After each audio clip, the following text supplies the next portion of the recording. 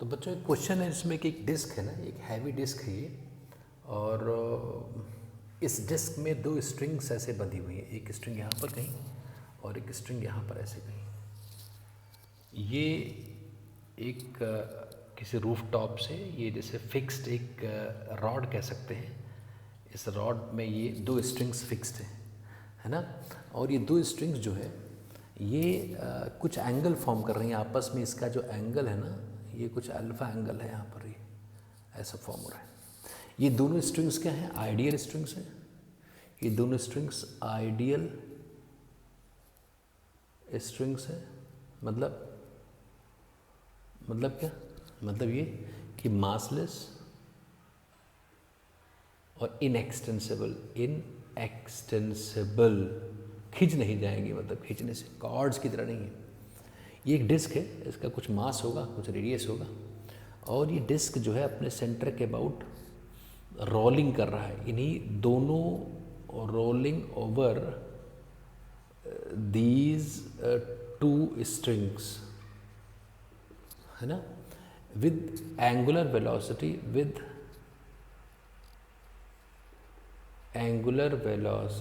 Omega. ये then find velocity of centre of mass of the ring. ये जो disc है इसका हमें, हैवी जो डिस्क है इसका सेंटर ऑफ मास की वेलोसिटी पता करनी है। ये सिचुएशन है। तो ये तो पक्का है कि भाई मान लो ये ओमेगा ऐसे ऐसे घूम रहा है, तो ये अगर वर्टिकल प्लेन है तो वर्टिकल प्लेन में ये जो डिस्क है वर्टिकल प्लेन में कहीं गिर रही होगी।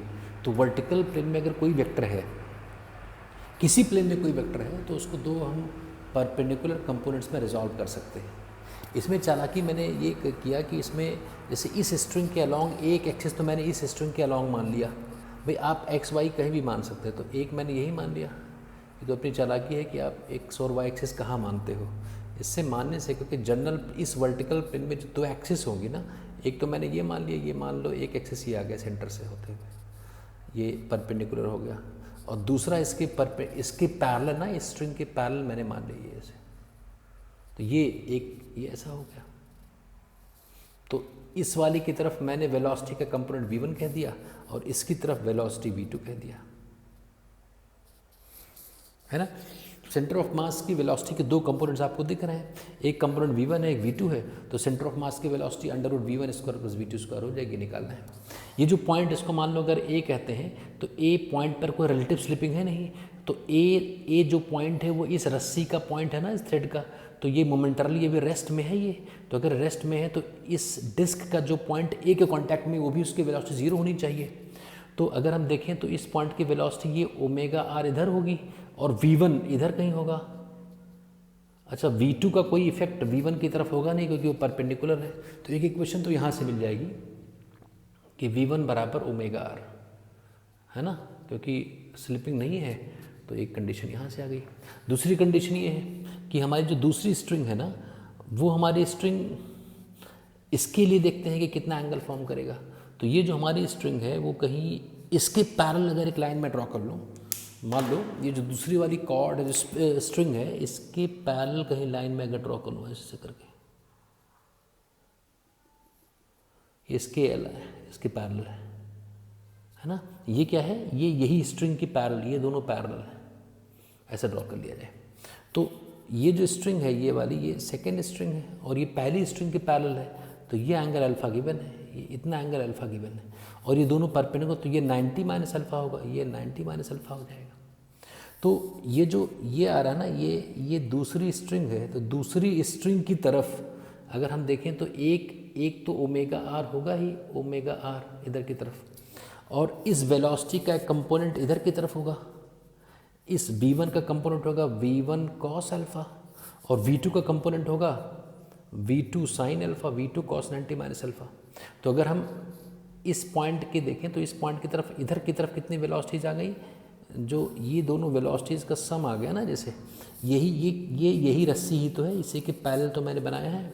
तो इन दोनों वेलोसिटीज़ का जो सेंटर ऑफ मास की जो वेलोसिटी है, तो सेंटर ऑफ मास की जो वेलोसिटी है उसके दो कंपोनेंट्स, है ना, उसका जो इफेक्ट है इस स्ट्रिंग की तरफ कितना आ गया? v1 cos alpha plus v2 sine alpha. तो ये आ गया v1 cos alpha plus v2 sine alpha, तो ये भी बराबर होना चाहिए। तो V1 cos alpha plus V2 sine alpha, ये भी ओमेगा आर होना चाहिए। तो V1 आ चुका है, V2 हम निकाल लेंगे। V1 को मैं प्लेस कर देता हूँ यहाँ से उठा करके, तो omega r cos alpha plus V2 sine alpha बराबर ओमेगा आर, है ना।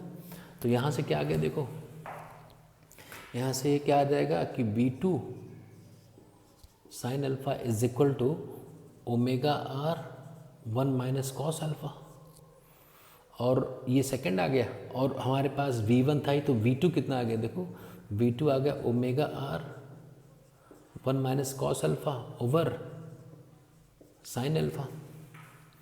तो 1 माइनस कॉस अल्फ़ा होता है 2 साइन स्क्वायर, यहाँ से अच्छी तरीके से देख सकते हो कि ये होगा 2 साइन स्क्वायर अल्फ़ा बाई 2, और नीचे इसको लिख दिया जाए तो 2 sine alpha by 2 into cos alpha by 2। तो एक साइन अल्फ़ा तो यहाँ से उड़ गया, कट गया, ये 2 कट गया, तो V2 की वैल्यू आ गई सीधा। तो V2 आ गया omega r tan alpha by 2, तो ये V2 हो गया, और V1 ओमेगा आर था। तो velocity of centre of mass निकाल सकते हैं आप।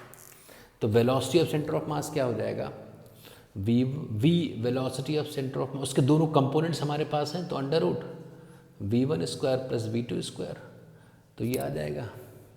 इसमें कॉमन क्या है, ओमेगा आर कॉमन है, under root 1 plus tan square alpha by 2। तो कुल मिलाकर हमारा जो आंसर आ गया वेलोसिटी ऑफ सेंटर ऑफ मास, अगर हम लिखना चाहें यहाँ, अगर लिख दें कहीं वेलोसिटी ऑफ सेंटर ऑफ मास, तो ये आ गया BC, और इसको ऐसे भी लिख सकते हैं कि 1 plus tan square alpha by 2, ये सीकेंड स्क्वायर अल्फ़ा बाई 2 हो जाएगा, तो उसका under root sec alpha by 2 हो जाएगा। तो यहाँ पर आप कहीं भी लिख सकते हो कि आंसर अगर लिखा जाए तो आंसर क्या होगा कि velocity of centre of mass is equal to omega r secant alpha by 2, ये हो गया। अब सीकेंट फंक्शन है तो 1 बाई कॉस है, तो नीचे 0 नहीं होना चाहिए, है ना। तो पाई पर डिफाइंड नहीं होगा ये, क्योंकि कॉस 90 हो जाएगा, है ना। सेक 90 डिफाइंड नहीं होगा, तो अल्फ़ा पाई नहीं होना चाहिए, है ना। स्ट्रेट कॉर्ड्स नहीं होनी चाहिए, नहीं तो ये कोई इसमें रोलिंग होगा ही नहीं। तो ये आंसर है omega r sec alpha by 2।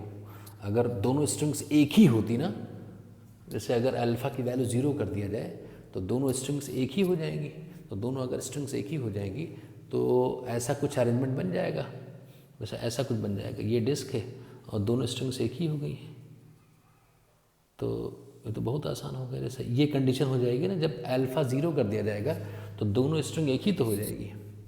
तो उस केस में चाहे जैसा एंगल में सब ये ऐसा हो, या किसी भी तरीके से, जैसे ये फोल्ड करके ऐसे कर दिया जाए, किसी भी एंगल पर हो, और ये गिर रहा हो, अगर इसका ओमेगा गिवन हो, जैसे तो ओमेगा अगर इसका गिवन होगा तो उसका सेंटर ऑफ मास यहाँ पर कहीं होगा, तो ये परपेंडिकुलर होगा, तो BC वैसे ओमेगा आर के इक्वल हो जाएगा। तो इस केस में ओमेगा आर आना चाहिए। इसका मतलब हमारा जो फार्मूला है ना, उस फार्मूले में अल्फ़ा 0 करने पर BC ओमेगा आर के इक्वल हो जाना चाहिए, तो ऐसा आ रहा है। तो इंटरेस्टिंग क्वेश्चन है। बस इसमें आपको ध्यान ये देना है ना कि जो आपको एक्सिस सेलेक्ट करनी है, अगर हम XY कोई वर्टिकल प्लेन में दो एक्सिस XY ऐसे ही मानते, इधर X और इधर Y मानते हैं, नीचे मान लेते, तो हमें ज़्यादा थोड़ा सा मैथमेटिक्स बढ़ जाता। बाकी ऐसा थोड़े है कि जनरल, मतलब कोई भी मान लो तो जनरल वेलोसिटीज़ मानोगे तो आएगा तो आंसर है ही, लेकिन उससे मैथमेटिकल पार्ट बढ़ जाएगा। अभी हमने कुछ चालाकी की और X और Y एक्सिस को, ये मान लो कोई एक्सिस है, ये इधर X एक्सिस और ये Y एक्सिस कह दिया, तो थोड़ा सा आसान हो गया क्वेश्चन।